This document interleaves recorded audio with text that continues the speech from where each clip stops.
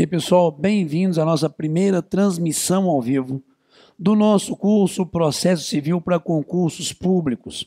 Você que é aí nosso aluno, saiba que agora, semanalmente, a gente vai fazer uma transmissão sobre um tema específico ligado, claro, a você aí que se prepara para concursos públicos. Com um destaque, depois, claro, se você não teve a oportunidade de assistir, até porque serão dias e horários bem variados, você pode depois, aí, durante um período de tempo, buscar na nossa página essa aula, já que disponível ela ficará para você aí durante um tempo. E, de novo, sempre um tema, aonde nós trabalharemos não só situações teóricas, mas jurisprudência e questões ao final, para que a gente possa fazer aquilo que é o melhor para você nessa caminhada de entendendo o processo civil, gabaritar aí em concursos públicos. E é muito bom estar com vocês aqui.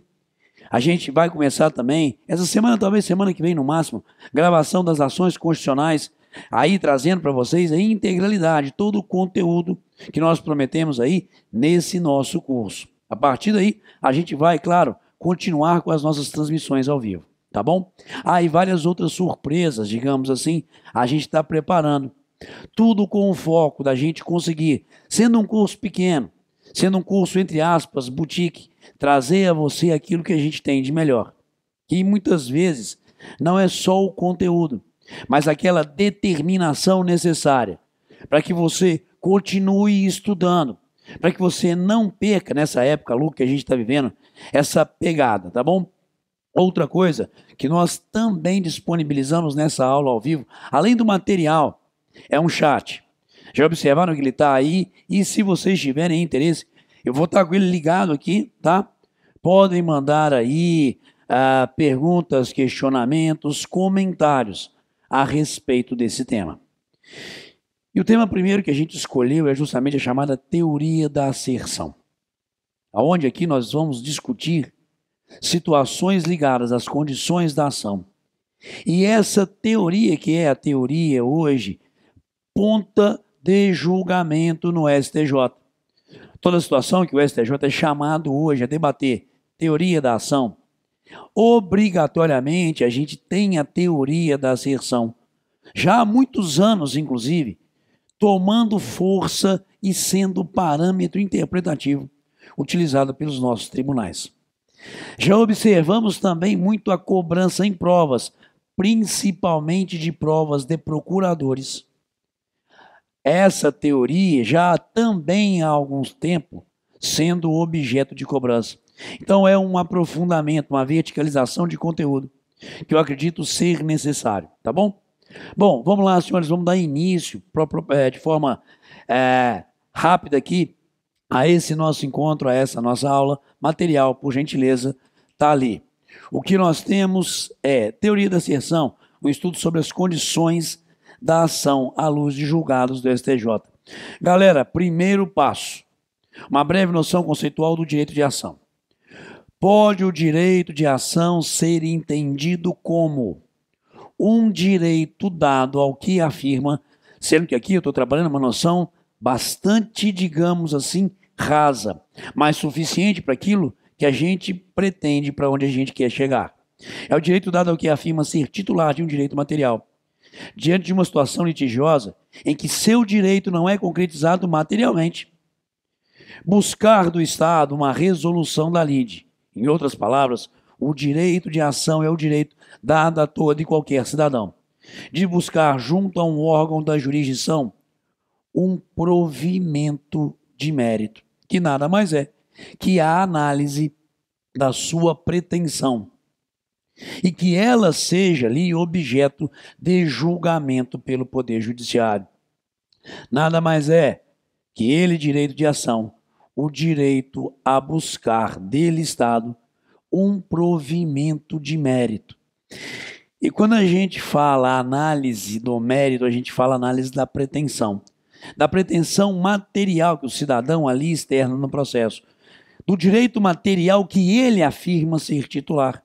Diante de uma situação litigiosa, pela não concretização desse direito no mundo real, por uma resistência criada por outrem de forma indevida, que ele possa, portanto, levar ao Estado o reconhecimento ou a análise, melhor dizendo, dessa pretensão. Portanto, de novo, dentro de uma simplificação extremamente necessária para aquilo que a gente vai desenvolver, afirmaremos que o direito de ação nada mais é que o direito do cidadão buscar um provimento de mérito, buscar que a sua pretensão seja ali objeto de análise por um órgão do Poder Judiciário. Bom, voltamos, material nosso, está ali. Me acompanhem aqui, senhores. Ainda sobre o direito de ação, podemos afirmar que o direito de ação é um direito público. Primeiro fator, numa profundidade conceitual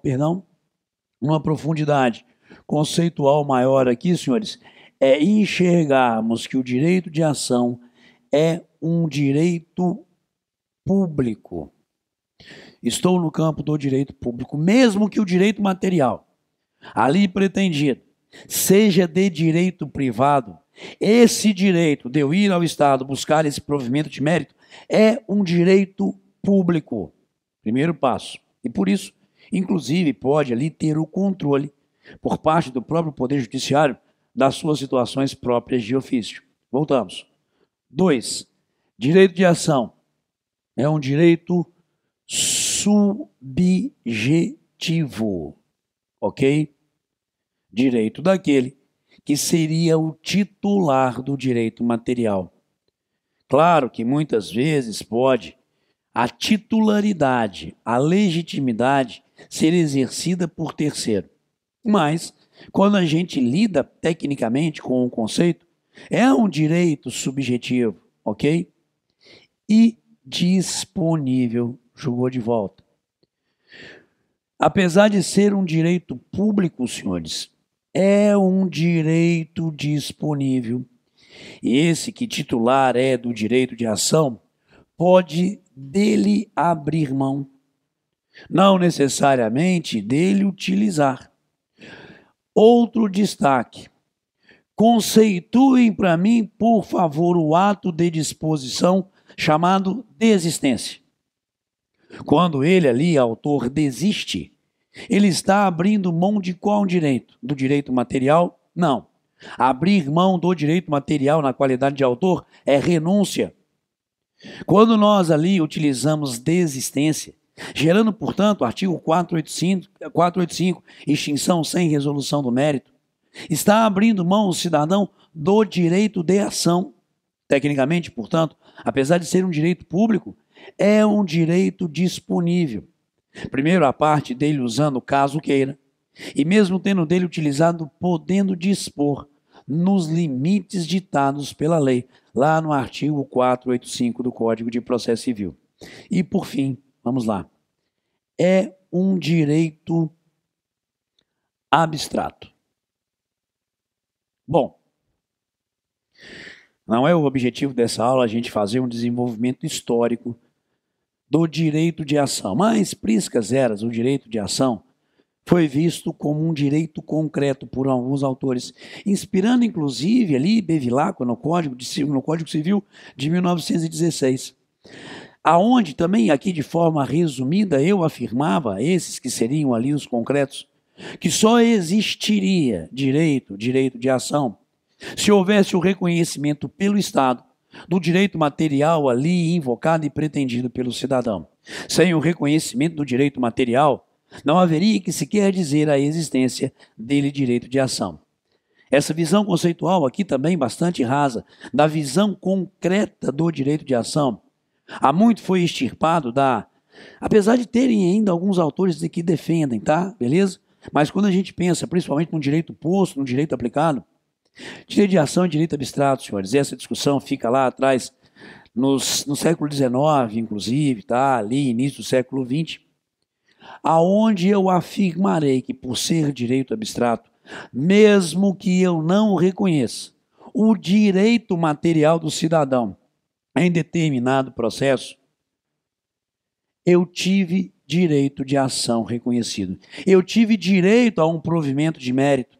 Se ele será positivo, reconhecendo o meu direito, ou negativo, não reconhecendo e por isso julgando improcedente o pedido, isso é outra história.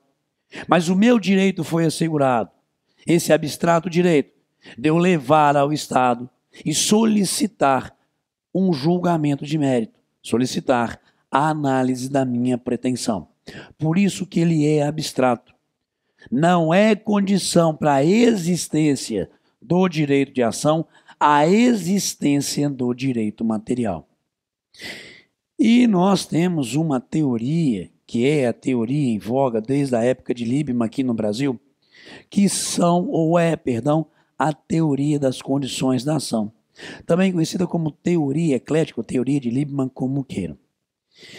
E apesar da gente identificar nela também teoria eclética, ser ela a teoria da escola do direito de ação como um direito abstrato, impõe, e aí é uma questão teórica que aqui também não nos compete, porque a gente quer chegar na teoria da asserção, que para o exercício desse direito de ação, apesar da abstração, apesar de não ser necessário o reconhecimento do direito material, algumas condições se tornam necessariamente presentes.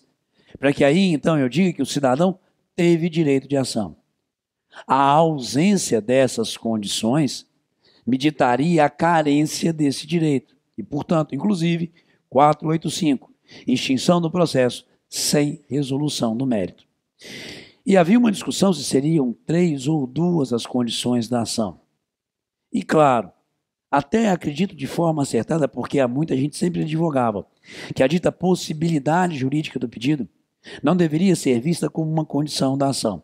De qualquer forma, hoje a lei nos fala que para que eu reconheça esse direito de ação do cidadão, é necessário que eu tenha material,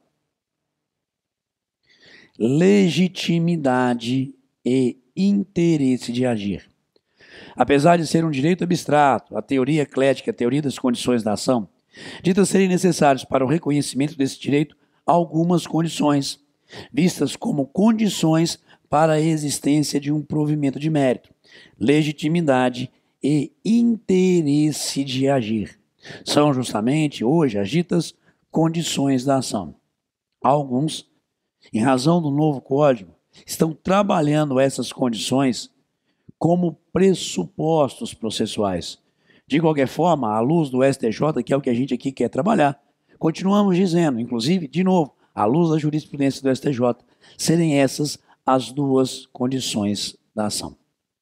E uma vez inexistindo legitimidade, ou carecendo o cidadão de interesse, teremos, portanto, o não reconhecimento do direito de ação e a extinção do processo sem resolução do mérito. Matéria de ordem pública, conhecível a qualquer momento, em qualquer grau de jurisdição, é direito público, como aqui nós falamos. Base feita, que era o necessário para esse primeiro momento, vamos ao nosso material. Senhores, sobre a teoria da asserção. Dentro do material, vou fazer a leitura e aí a gente vai começar a trabalhá-la. Utilizada pelos nossos tribunais, notadamente o STJ, cujos julgados são justamente o objeto dessa aula, a teoria da asserção não nega a teoria das condições da ação. Antes, ao confirmá-la, serve de parâmetro interpretativo e de aplicação concreta da teoria das condições da ação. Então, a primeira coisa que a gente deve aqui idealizar é a teoria da asserção, ver as condições da ação. A teoria da asserção não nega a teoria eclética, muito antes, pelo contrário. É dela um derivativo que nos dá o parâmetro correto de interpretação de quando que nós identificaremos legitimidade ou a sua ausência, quando nós identificaremos a existência ou não dele e interesse de agir, que são as condições da ação. E aí eu apresento para vocês os parâmetros necessários para entender a teoria da asserção e, consequentemente, todos os julgados do STJ e questões de prova que versam sobre esse assunto. Vamos lá? Senhores, premissas da teoria da asserção. Primeiro, as condições da ação devem ser vistas em abstrato. E deve ser possível a sua identificação, item 2, ou a sua ausência, no primeiro momento que o magistrado tem contato com os autos do processo. Se eu me afasto da teoria concreta da ação para realmente enfatizar que a teoria eclética é uma teoria abstrata, apesar das condições de legitimidade e interesse, eu só posso ver a presença ou ausência da legitimidade e do interesse em abstrato. No primeiro momento em que o magistrado tem contato com ela, a petição inicial, com as alegações do autor, lícito seria, desde logo, denotar serem ou não as partes legítimas, serem ou não tanto o autor como o réu legitimados e a existência ou não do interesse de agir. Porque o juiz vai partir de uma premissa para a aplicação da teoria da asserção. Não se assustem com isso que eu vou falar aqui. Com a questão que o juiz aqui deve levar em consideração tudo aquilo que o autor narra na petição inicial, ele, magistrado, o toma como, entre aspas, verdadeiro. E se eu afirmo que foi aquele cidadão que causou lesão à minha esfera de direitos, ok? Isso passa a ser uma, entre aspas, verdade.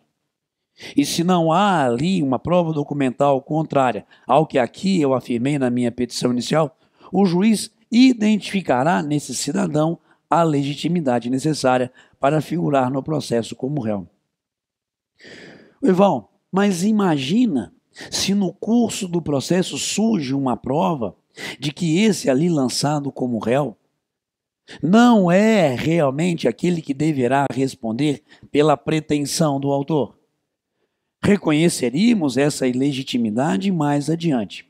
Bom, vamos à terceira premissa, por favor, aqui da teoria da asserção.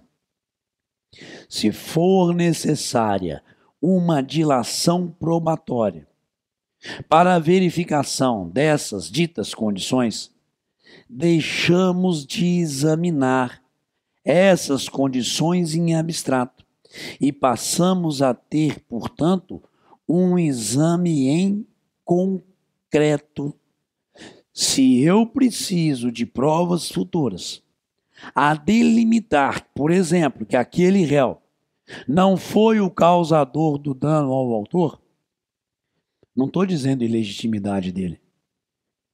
Por quê?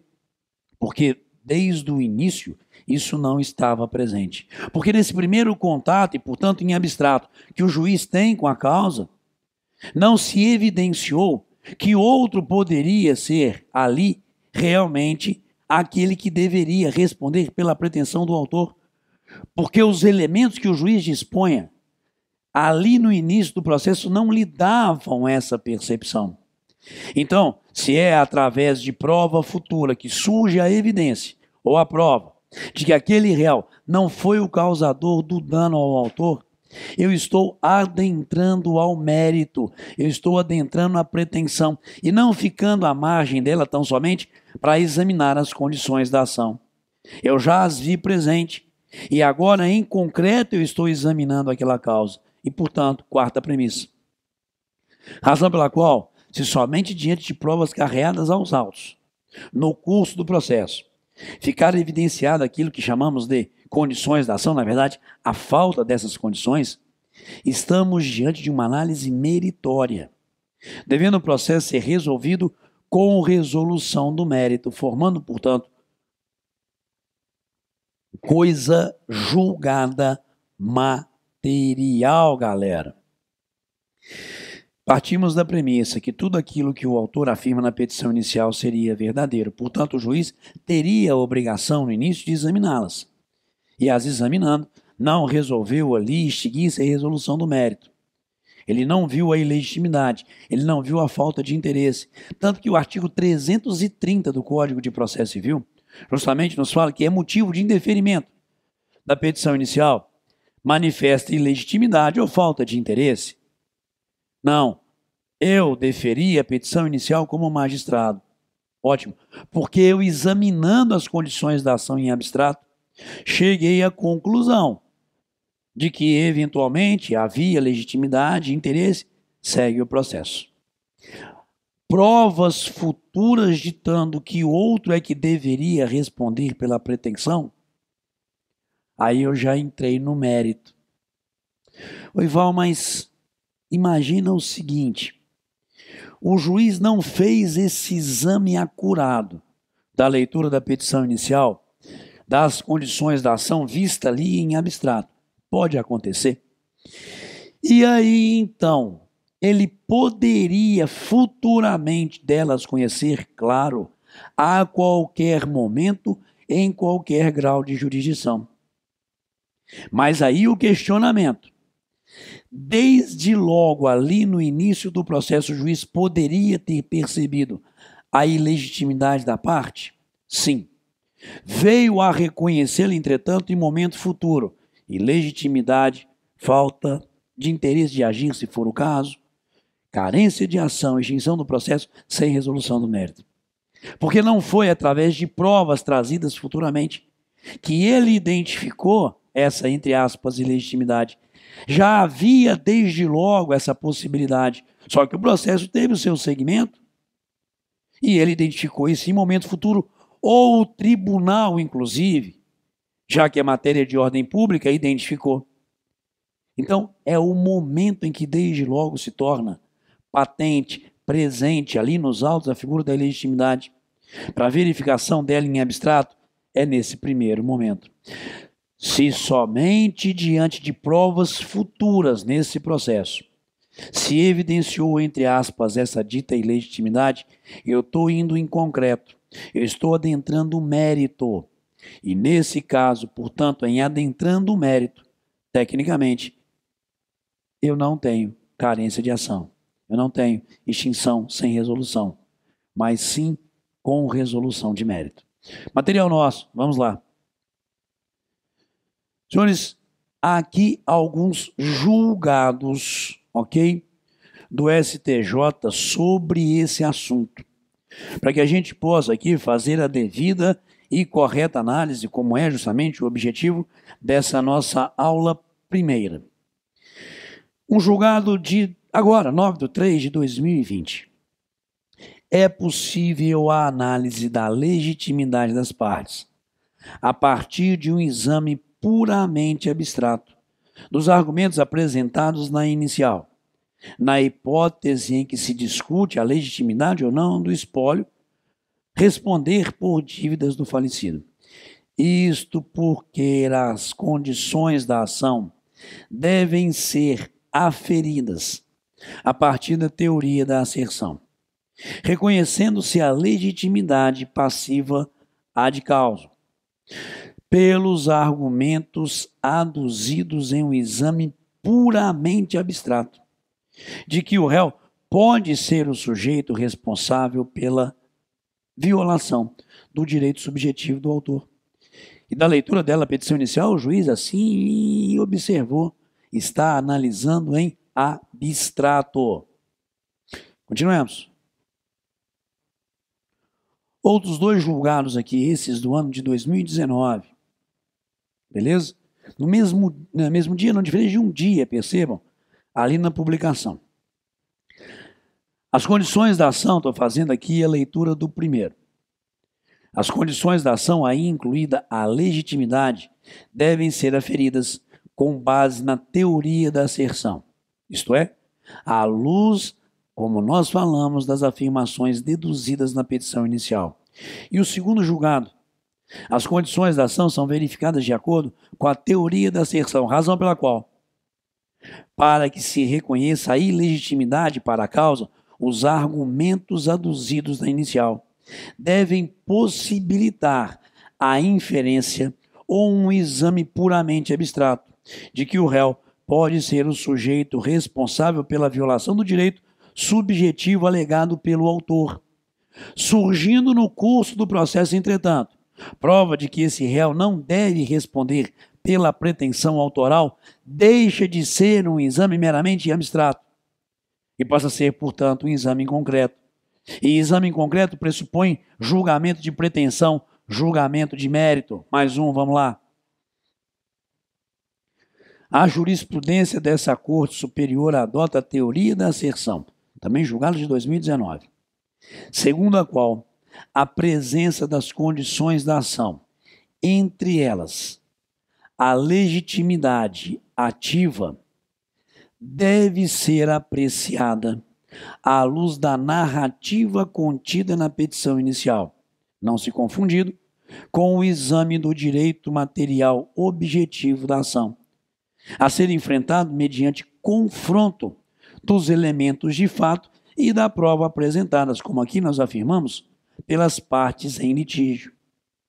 E, por fim, verifica se o entendimento do tribunal acorre, que o entendimento do tribunal está em consonância com a jurisprudência dessa Corte, no sentido de aplicar a teoria da asserção, para aferir a presença das condições da ação, bastando para tanto, a narrativa formulada na inicial, sem necessidade de incursão no mérito da demanda ou qualquer atividade instrutória. É muito simples, no final das contas, a teoria da asserção. Principalmente para os senhores aí que vão fazer concurso público, não precisam ficar assim, assustados com essa teoria, ela é muito simples. Se desde logo, em abstrato, as condições estão presentes, estarão para o resto do procedimento.